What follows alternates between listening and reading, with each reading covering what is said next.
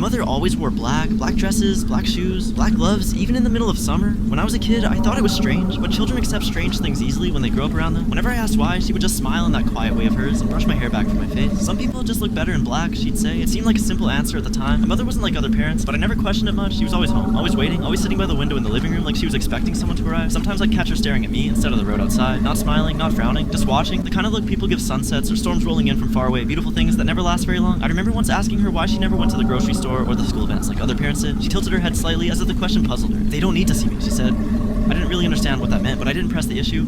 She still helped with homework, still made dinner, still tucked me in every night like any other mother, but there were little things I didn't notice until I was older. I never saw her eat, not once. She would sit across from me at the table while I finished my plate, her hands folded neatly in front of her black sleeves, smiling as if watching me was enough, and she never slept either. Every night when I woke from bad dreams, she was already there in the hallway, standing quietly outside my door like she had been waiting. "You're awake," she would whisper. Her voice always sounded calm, certain, like a promise. The memories came back to me slowly. Fragments at first, rain on the windshield, my father shouting something from the driver's seat, headlight, a horn that wouldn't stop screaming. For years those memories felt like dreams that faded when I tried to look at them too closely. My mother never talked about it when I asked. Some memories don't need to be carried forever, she would say softly, so I stopped asking. Life went on the same way it always had. School, homework, dinner across from a woman dressed in black until the day I found the newspaper. It happened while I was walking home from school. The wind had blown a stack of old papers from someone's recycling bin across the sidewalk. One page slapped against my shoe. I bent down to move it aside, but a photograph caught my eye. A wrecked car, crushed metal twisted around a telephone pole. The headline above it read, "Local family killed in highway collision." My stomach tightened as I stared at the picture. The car looked familiar, too familiar. I started reading. A father, a mother, and their 8-year-old child, all pronounced dead at the scene. The name sat there on the page in black ink. My father's name, my mother's name, and mine. I ran home faster than I ever had before. The house looked the same as always, quiet still, the curtains drawn against the fading afternoon light. My mother was sitting in her usual chair by the window, black dress, hands folded neatly in her lap, waiting. She looked up when I burst through the door, breathing hard, the newspaper trembling in my hand. "Mom," I said, "what is this?" I held the page out toward her. For a long moment, she didn't speak. Her eyes moved slowly across the headline, then back to my face. There was sadness there, a deep, patient sadness I had seen many times before, but never understood. "I was hoping you wouldn't find that yet," she said quietly. "Find what?" My voice cracked. "It says we died. It says we all died."